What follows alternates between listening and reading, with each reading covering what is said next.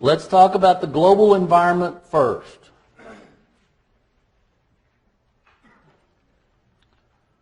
All right, the U.S. economy we thought the oceans protected us and we were fine, we were immune from the problems of Europe or the rest of the world. The Great Depression teaches us that that was a bunch of bunk.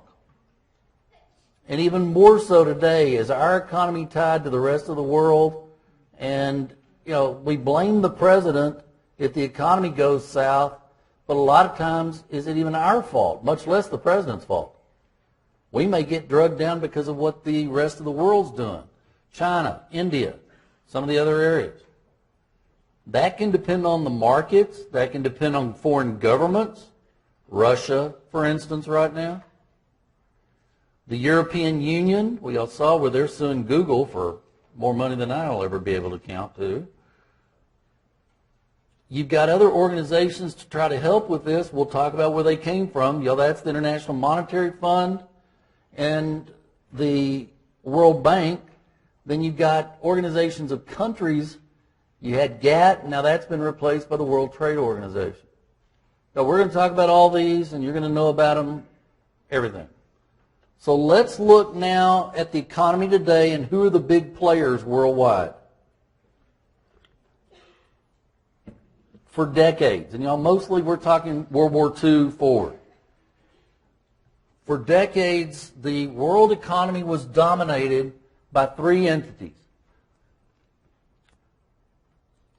The United States, now remember who was hurt the least in World War II? The United States. So were we ready to go and business booming? Japan. Okay, Japan, did we go in there and start producing all kinds of stuff called Made in Occupied Japan? Did we teach the Japanese how to be great world traders, and did they take off with it? The European countries, which weren't always called the European Union. We'll go through the history of it briefly and talk about it. That'll be in the next chapter. And then more recently, China. Developed nations of the world make up about 60% of the world's gross domestic product. All the products they make and all the services they make. 60% comes from your developed nations. But you've got some big-time emerging markets to deal with nowadays. It's not just Japan, the European Union, and the United States. Obviously, we talked about China. Well, that's a monster one. But there's a group of these that are called the BRIC nations. B, Brazil, R, Russia, I, India, C, China. Not BRIC, B-R-I-C-K, There's only 4. So forget the K. Brazil, Russia, India, China. Okay, the centers of the business world have always, center of the world business has always been Europe, Japan, the United States. By 2050, and 2050 is not that far away, a lot of people are saying that won't be the case anymore. It'll still be the United States, but it'll be India and China as the other two. That's how fast these economies of the world are coming up. After all, have you talked to the Dell hotline lately? Well, if you call the Dell hotline at night, do you usually get Bob? Only Bob is not Bob, okay? It's Bob in India. Yeah, okay. And if you push him, will he tell you his real name? Because I did one night. I kept asking him, I said, okay, I know your name's not Bob, and I know you're not in Austin, so what's your real name? He finally told me, I don't remember y'all. He was in northern India somewhere. We had a nice conversation. But anyway. Well, let's look at Brazil first. Brazil's just booming. Are they destroying the rainforest? Are they turning it into agricultural land and competing in agriculture with the United States? Because they've got all kinds of fertile farmland that they're destroying the rainforest. Okay, what's that doing to the environment? What's that doing to all the species of plant life, animals that they're destroying? We'll never know, probably. They've also got all kinds of natural resources. Are they selling those to China and making a fortune off of it? Does China get a lot of their raw materials from Brazil? Both mineral and other things. They got plenty of water. I mean, y'all, the Amazon, hello. Okay, is water going to be as big a commodity in the near future as oil? So Brazil's got it made. Now, do they also have problems? They got a big problem, y'all, in that do most of the people of Brazil live right on the coast? And, you know, there's multi-millions of people that live in those cities. Are they racked with poverty? And that's a big problem. Y'all, I don't mean they're backwards. I don't mean it that way, y'all, but the way you know computers, do people your age in Brazil on the streets know computers and know how to use them and have access to the knowledge and all the things you've got? No. Okay? Now, they're coming up, but they're still behind. I remember reading about a lot of protests and backlash when Brazil, all the money was spent on Brazil hosting the World Cup. Yeah, a lot of people are saying, why don't you give that to the people that live in the slums? Look what we could do with that. Instead of, and they're doing this for the Olympics too. Are they destroying the slums to build these multi-million-dollar venues and tossing those people out and saying, go find your own new box to live type thing? It's very similar to China in the Olympics. Remember, a lot of Americans that went to the Olympics in Beijing, were they very controlled? Were they only allowed to go to certain places and not too many blocks from the venues? Was it crime-ridden, poverty-ridden, horrible situations? In fact, one of the athletes' parents were attacked and they killed the father, I believe it was, in China. Well, Brazil, y'all's got a big high crime rate also. And they're extremely worried about that for the Olympics coming up. Russia, now, y'all, Russia's the big Eastern European power. When they first broke out of the Soviet Union, they struggled mightily economically. They've turned it around. Oil has helped. Finding diamonds and other raw materials up in Siberia, because, y'all, there's no telling what's in Siberia. Look how big Russia is on a map, y'all. And think that most of the people live in Western Russia. Well, what's out there in all that frozen tundra?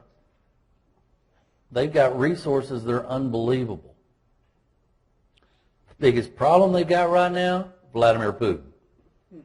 And, y'all, this was written and done long before his invasion, excursion, interest in Ukraine, in Crimea. Did he take Crimea? No, there's no question he took the Crimean Peninsula. Anybody do anything about it? Now is he threatening Ukraine? Because he has claims to it. Then is he going to Belarus? Because he has claims to that. Y'all, does this sound a lot like Adolf Hitler in the 1930s? Does history have a tendency of repeating itself? Do the Russian people love him? Have they bought into this hook, line, and sinker, just like the Germans did with Hitler? Now, are the economic sanctions hurting Russia right now? Now, the ruble's crashed. Their economy is shaking to the core right now. But are they still surviving? So where Russia's going to go, what's going to happen politically and economically is a big question. But, y'all, economically, do they have a lot of positives coming their way? India, okay, this is the world's second most populous country. It's the world's largest democracy. India in the 1990s decided to start doing it to trade with people, be open, taking down the regulatory rules, and their economy is absolutely booming. Now, it's come at a cost. They also have a big pollution problem. You've seen Slumdog Millionaire. There's still a large percentage of the Indian population that's way below the poverty line. It's very disparate in India. You got the extremely wealthy and you got the extremely poor. But this is home to several multinational corporations now. This is one of the biggest software manufacturers in the world, for instance. Y'all, as India started its own movie industry that's doing quite well. Y'all, there's just a lot of things positive about India, but it's got some negatives too, such as how do you handle the poverty and all that type of stuff and the economic disparity.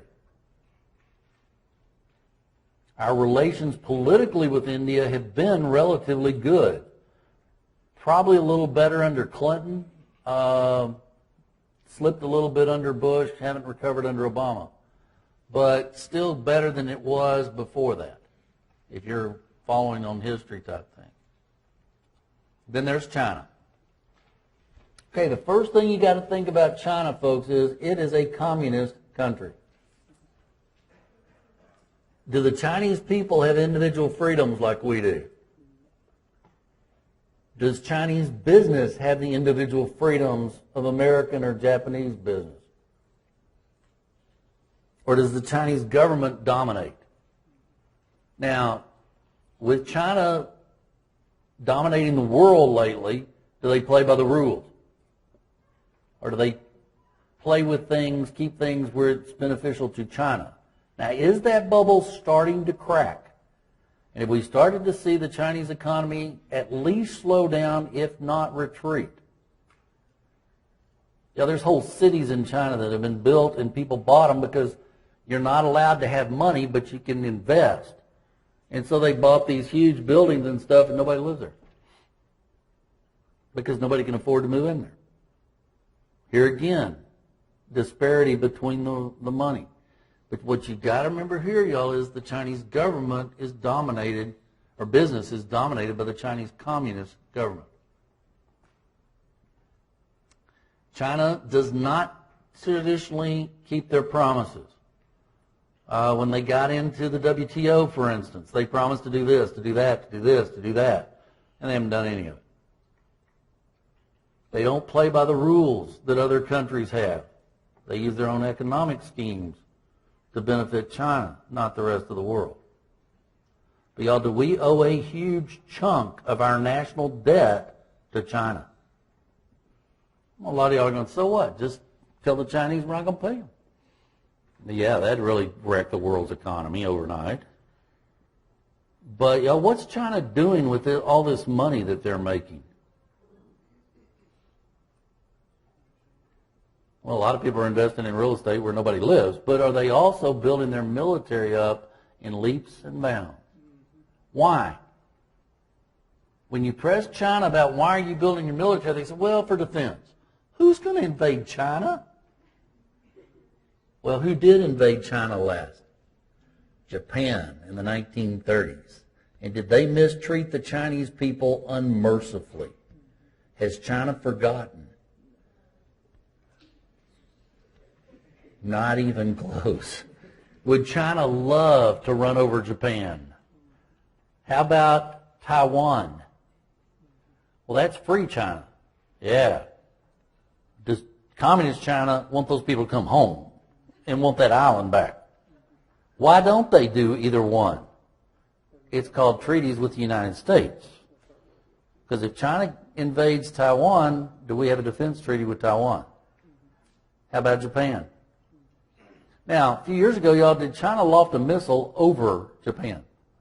And then go, oops, it got away from us. Sorry. No, it didn't.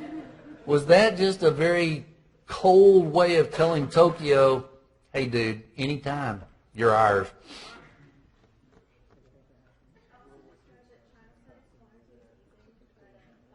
I can't hear you.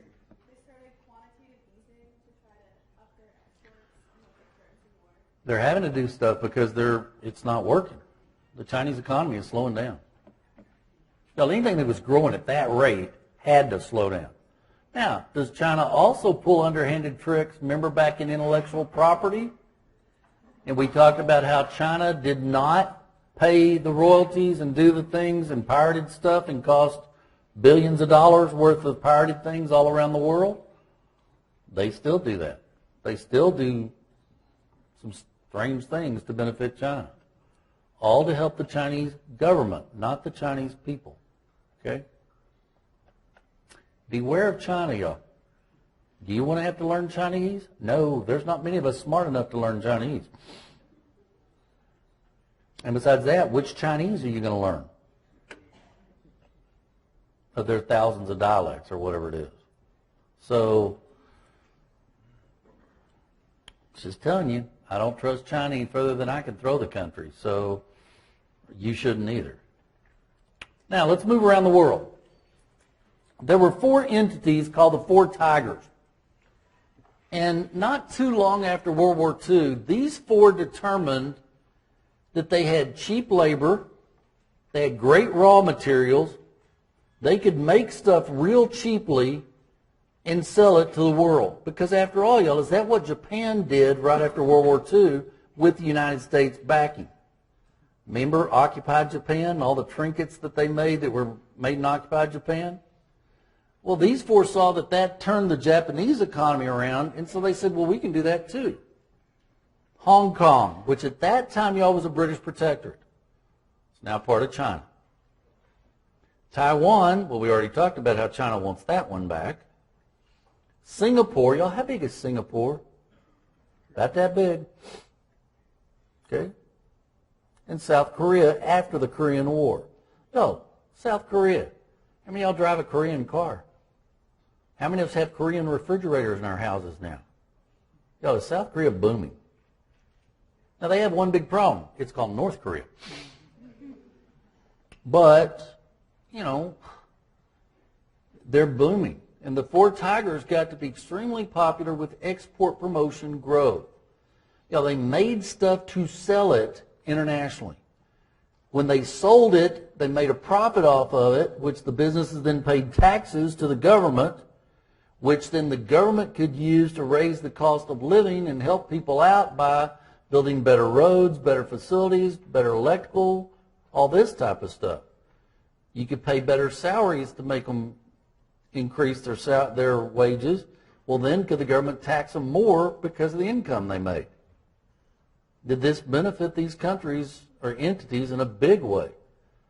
Now, when I was in high school, would basically everything in my house, or anybody's house for that matter, be made in either the United States, Japan, not China, y'all. That was communist China. We didn't let anything come in from there. The European Union now, the European countries, Hong Kong, Taiwan, Singapore, South Korea. Pretty much.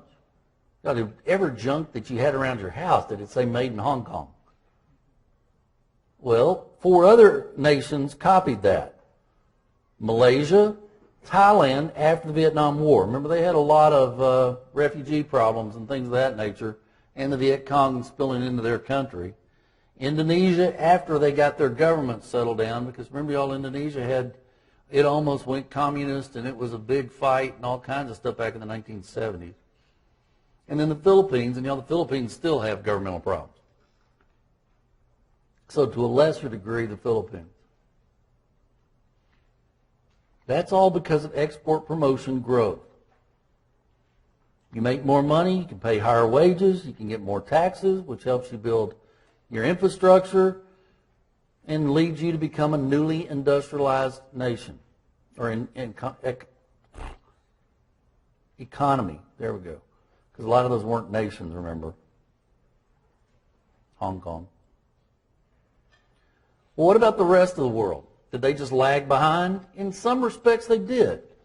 Let's go to Latin America, South America, that area. And we talked about Brazil a while ago, but Brazil has changed their philosophy, y'all. Most of your South and Central American countries used to go with import substitution growth. They didn't want foreign governments coming in. They didn't want foreign business coming in. Instead, they would make everything they could make for their people themselves, and then what they absolutely couldn't get, they'd buy from another country or trade. Because after all, y'all, think Colombia, coffee, bananas in Panama. They had things the rest of the world needed, so when they needed to trade, they could, but they didn't like to trade. Y'all, Brazil, for instance, under the old regime, economic regime, wouldn't allow American computers or Japanese computers to come into Brazil. Now, if you owned one and you were an expat, you could keep it. but you weren't allowed, you were supposed to keep it and take it back home with you.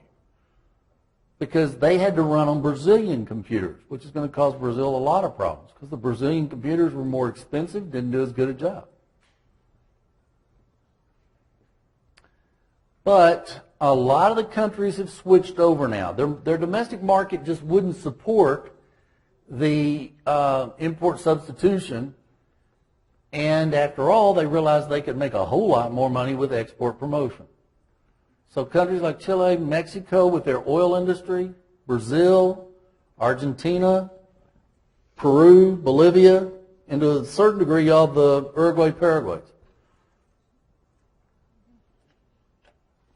And the Brazilian economy has improved drastically. And it got off to a rocky start, y'all, because it was tied largely to Japan. Japan had a lot of internal problems economically and it led to inflation in Brazil, and Brazil was hurting until China came in and bailed them out too by buying all their stuff and doing things. All right, so where did we not talk about? Well, we didn't say anything about Africa. Well, y'all, is Africa lagging behind still? Is there war problems throughout countries of Africa, and has there been for decades? It's a different war problem now. Now it's Somalia and the things they're causing. Nigeria and in through that area. Nigeria is booming, y'all, with oil. But when you have wealth, does that mean now the terrorists, the extremists come in and want to try to take it too? A lot of the governments of Africa are not stable. They've had to regroup from AIDS epidemics. They wiped out a lot of your age group type people, the workers in those countries. South Africa has had to, come to grips with you know what I'm talking about, and all that type of stuff. They've still got a lot of problems with crime, and the government is very unstable right now. So, or crooked anyway. But anyway, what about Australia and New Zealand? Not any real problems there, y'all. Is it just so stinking far away? I mean, to get anything out of Australia or New Zealand, does it take days? I mean, it's still so isolated. That's the big problem they've got. Not that there aren't products that are made in New Zealand and Australia that we don't want. How about kiwi, y'all? Okay, things of that nature. But it's just so far away. Now, when you're thinking about the whole world's economy, and we've talked pretty much around the world now, do most all of those entities that we talked about have a separate currency? So how do you do foreign business with these people when you use dollars and they use some other currency? Well, you got to exchange it. You got to address it in contracts as to when will it be valued at the time of ordering or the time of delivery, shipping. All that's got to be in contracts, y'all. So contracts come into play big time in this. And then how do you exchange the currency? Well, you go to the bank, they switch it out for you. Well, it's not that simple, y'all. Is it a market just like oil, just like sugar, just like everything else? And does it fluctuate? Is it based on supply and demand? The more people that want a British pound, for instance, for business purposes, tourism, whatever else, is that going to make the British pound go up? If nobody wants your currency, is it going to fall flat? So what that is determined by is the international monetary system. Now, this is a system of international banks all across the world that determine the supply, demand, the exchange rates. Now, countries can adopt two different ways of doing this. You can either have a flexible exchange rate system where you let your currency float. It's based on supply and demand. The US dollar, for instance, British pound sterling, the EU now, Japanese yen. Or you can have a fixed exchange rate. Okay, y'all, a lot of those countries in Central and South America, who didn't like people doing international business, plus weren't really that open to tourism. Well, if they let their money float on the market, would it just fall flat? So a lot of them chose to tie theirs, fix it to the U.S. dollar. And so as the dollar went up, so did their currency, whatever it was called. If the dollar went down, so did theirs. But it was better than just letting it run on its own. Now, a lot of those have cut the ties with the U.S., like Argentina, and now allow their currency to fluctuate. There's still a lot of them, though, that tie to the U.S. dollar. A lot of your British colonies, Canada, Australia, New Zealand, still tie theirs to the British pound sterling. Why wouldn't you? Now, that's one of the most stable economies or currencies in the world. Notice England did not take the euro. Why would you want to take a new currency when yours is the best in the world? Type thing. And they're not the only country of the euro of the Eurozone that doesn't use the euro. So, let's move now and talk about doing trade or doing foreign business, of which the biggest one is trade, with international countries and international businesses. Obviously, y'all, the best way of doing international business, the most obvious, is trading. The exports, the imports, trading one for the other, selling what you make in your country in another country. We talked about how important the export promotion growth was. Well, don't forget, the import substitution was just as important. That's where they'd take things in and for what they couldn't produce, and they'd trade what they could. There was always trade going on, but this has absolutely exploded since World War II. Maybe because people got displaced all over the world and they wanted things from home. Maybe it was because so many people saw things all around the world when they were stationed or went into a port of call or whatever. They came home and told people about it.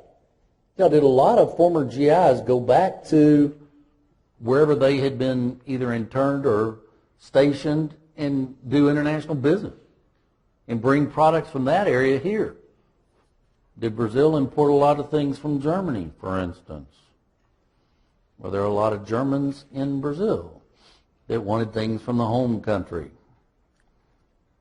Not to mention Argentina, where Juan Perón said, "Come on, Nazis, come on, safe haven." Okay, this kind of thing. But y'all, trade is one of the biggest ones. All right, international investments. Okay, go back to chapter 10, where we talked about corporate governance and the rules about trading in investments and things in the United States, stocks and bonds. Well, that can be done internationally. Licensing. That gets into intellectual property. Franchising. Franchises aren't just in the United States. Those of you that have studied internationally, maybe you went to the big city and there's a McDonald's. Did you feel like you were suddenly at home?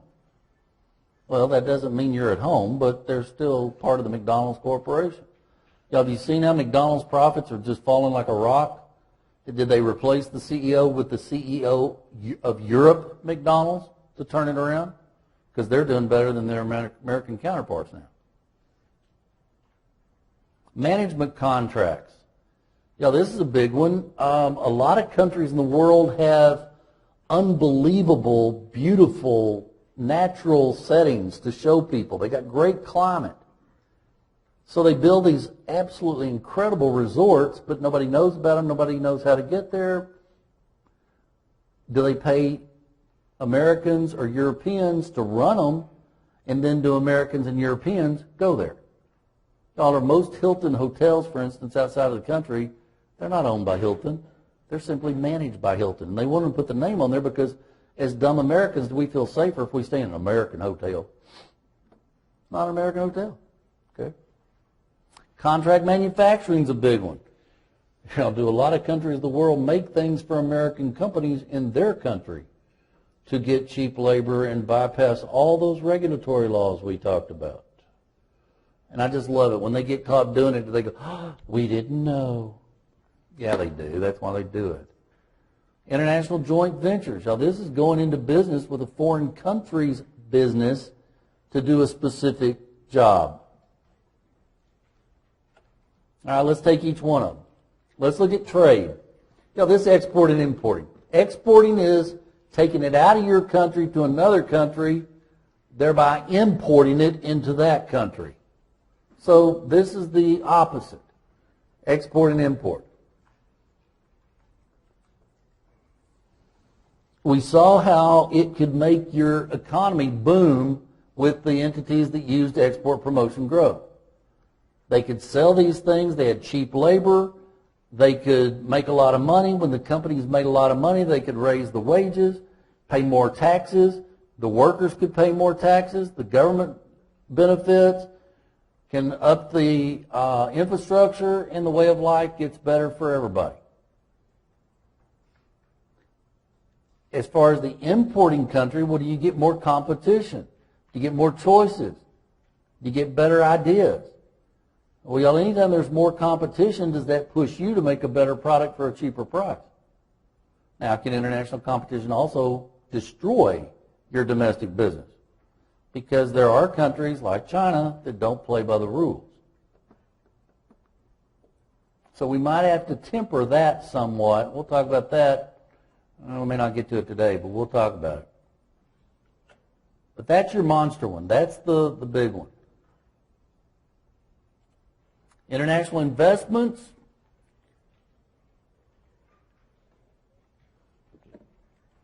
You can supply capital to a foreign government or a foreign company or foreign individuals. Well, if you buy Toyota stock, for instance, are you giving capital to the Toyota Corporation? There's two forms of this. And if you'll think back to chapter 10, there's some correlation here. A foreign portfolio investment is if you own less than 10% of the outstanding securities of that corporation. So if you bought Toyota stock, which is obviously Japanese, if you buy Toyota stock and you stay less than 10% of Toyota's outstanding value, which you probably would, then that's a FPI, that's a foreign portfolio investment. But if you own 10% or more, okay, y'all remember back in chapter 10, which we didn't cover in lecture, but it was in the lecture that I had you listen to, who a named insider was? An officer, director, or manager of a corporation, or a 10% or greater shareholder? So there's the correlation back to this. Once you get to 10%, are you more than just a common everyday investor? You're a bigwig in that company. You're a named insider under the 34 Act, for instance. Okay, here, that means that you're now a foreign direct investment. This could be you build a factory there. It could be you buy more than 10% of the company. Now, here again, some countries of the world have limitations on this. And they may not let you do FDI because they don't want foreigners taking over their businesses. Even the United States has some limitations, y'all, on FDI. And we don't have nearly as much as most of the countries of the world. Australia, for instance, for years, I don't know whether it's changed, but in Australia, an American couldn't own property in Australia. So if an American company wanted to build a plant in Australia, they couldn't do it. Now, could they get an Australian to buy the land and lease the land and operate through the Australian? But y'all, is that always a scary proposition? Maybe not in Australia, but what about China?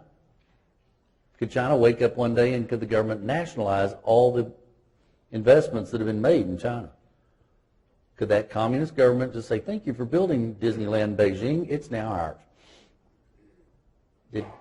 Did Disney pull out for that very reason when they wanted them to build it?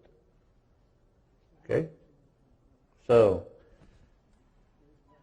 foreign portfolio investment, y'all, that's just owning less than 10% of the voting stock of the corporation. Statistics, and y'all, I'm not nuts on these statistics. I just want you to see how big this is. FPI by Americans in 2011 was estimated at $11 trillion. You know, that's Sony, that's a bunch of companies that you think, well, they're really American. No, they're not. But look at the FPI by foreigners in American companies. $12.4 trillion. Now, does that tell you a lot of our corporations are owned by foreign interests? Now, FDI is going to be less. Americans tend to do more FDI in other countries than foreigners do in the United States. $4.7 trillion by Americans, $2.9 trillion by foreigners in the United States. And usually you stick to about the same countries. The same country you're investing in is investing in you. They're not always the exact same list, but the EU countries are pretty safe. Japan, Switzerland, which remember y'all is not an EU country, and then Canada. And Canada and the United States have almost been the same country in some respects. In other respects, not at all. Licensing, this is using somebody or allowing a company in another country to use your intellectual property. Remember, y'all, one of the things you could do once you had intellectual property was do whatever you wanted to do with it. Could you let other people use it for a fee? Now, this is the way it's done legally. Does it always amaze you when there's some natural disaster somewhere? There's always some little kid standing there that lived through it, and he's got on a Dallas Cowboys jersey. And you think, how'd Dallas get there that fast and pass out clothes to those kids? No. Yeah, do the Dallas Cowboys, the NBA teams, all the other NFL teams are just not as good at it as Dallas. Do they go over there and do licensing? And a lot of those kids don't have a clue what they got on, but hey, it's American. And they make a fortune off of it. NFL and the NBA are not just local, y'all. I mean, there are people around the world that love the San Antonio Spurs. Not so much those other two in Texas, but then there are the Spurs, okay? Hey, they pulled it out last night. So I worked on your pop test till halftime, then I had to go to bed. But anyway. But franchising, I pretty much told y'all this. I had a student from Monterrey, Mexico come down and say, my favorite place to eat is Taco Bell. I said, you got it, kidding. He said, well, it's the only place you can get Tex-Mex. We don't serve that in Mexico. He said, I love it.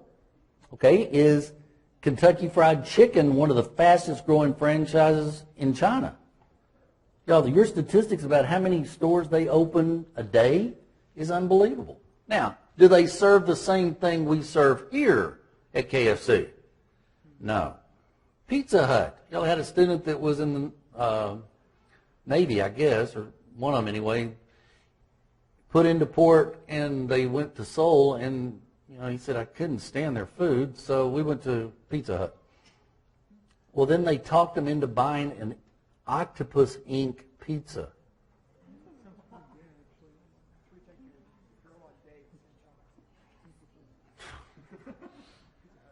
Pizza Hut's the date location in China is what he's saying. Okay. I would have thought it'd been KFC, but all right. Oh, yeah, and they don't sell the same things, y'all. Have you been to a Burger King in Germany, for instance? Can you get a beer? Yeah, how many times can you get wine or beer at a fast food restaurant in the United States? Actually, y'all, the Burger King here, the original one, when I was in college, the guy started selling beer at Burger King, and Burger King pulled its franchise. So he said, well, I'll just make it my own independent hamburger place and keep it kind of like Burger King. Did he fail within months? It's now the, Big Star Pawn Shop on Texas Avenue? That was originally a Burger King, yeah. Now you know some history of Bryan College Station. But anyway. But y'all, international franchising is huge. Speaking of Burger King, who owned Burger King for years? It was British, y'all. Okay? That's sold since then. But management contracts. This is the one where the hotel chains, the resorts, things of that nature. You remember when the tsunami hit on December the 26th over in Southeast Asia? And a lot of the people that were killed were Scandinavian. Well, that was because a lot of your Scandinavian companies had entered into management contracts to run those resorts in Thailand that got wiped out by the tsunami. And they had advertised it to December the 26th. Is it pretty cold in Sweden and Norway about that time of the year? So instead of having Christmas in the cold, come have it in the beauty of the tropics. And they got caught in it. Okay? That was management contracts. Contract manufacturing, like I said a while ago, you do this to take advantage of low cost and get around American laws. Your shoes, for instance, if you wear Nike shoes, they probably could travel a lot more international than you have. Look and see where they were made. And probably it'll say Indonesia, Vietnam, other Southeast Asian countries. Mattel. You got a lot of your Barbie dolls, girls, that you played with when you were little kids? Were they made in China? With forced child labor that couldn't possibly ever afford one?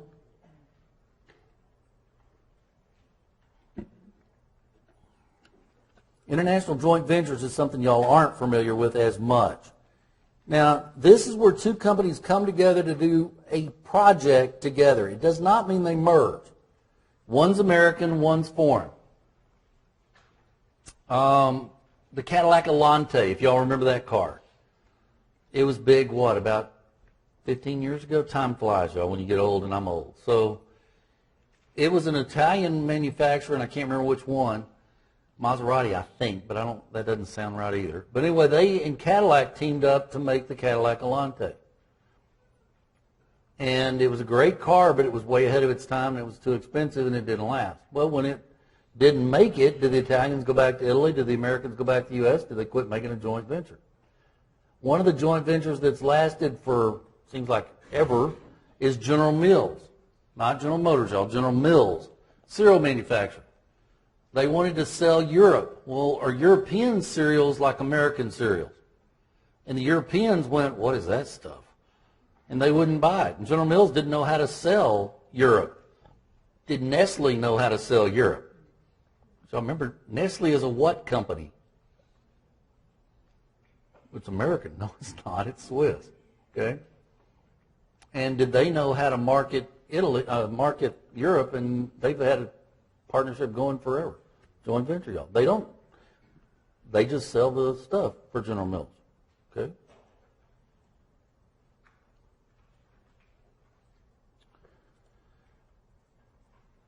Now, you can put a combination of all these together.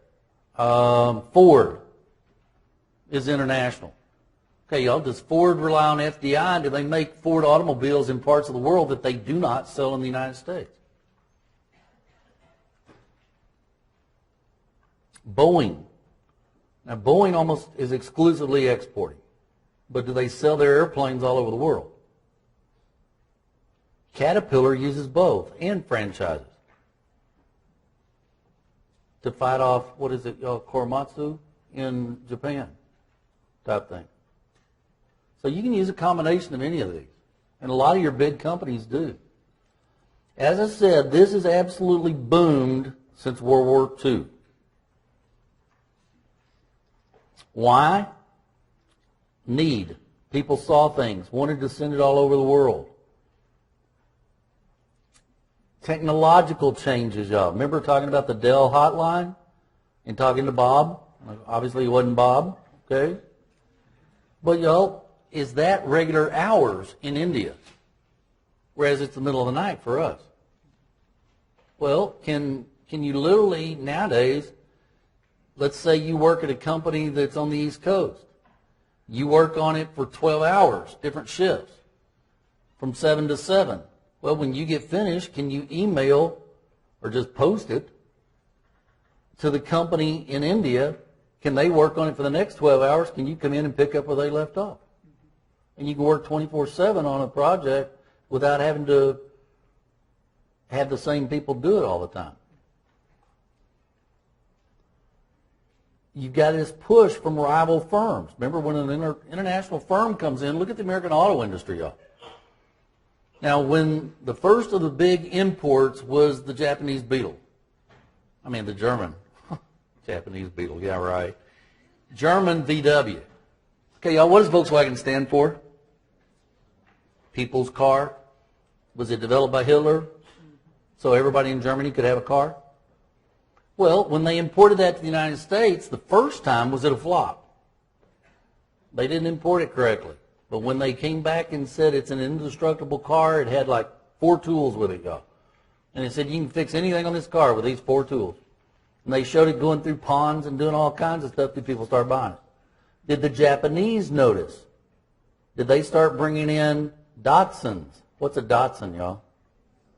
Nissan, okay? Toyota, Honda. And did they almost destroy the American auto industry? Because did they come in large numbers about the same time as the Arab oil embargo? And they hit together. Policies of government has changed. Look at Japan, y'all, before the war and Japan after the war.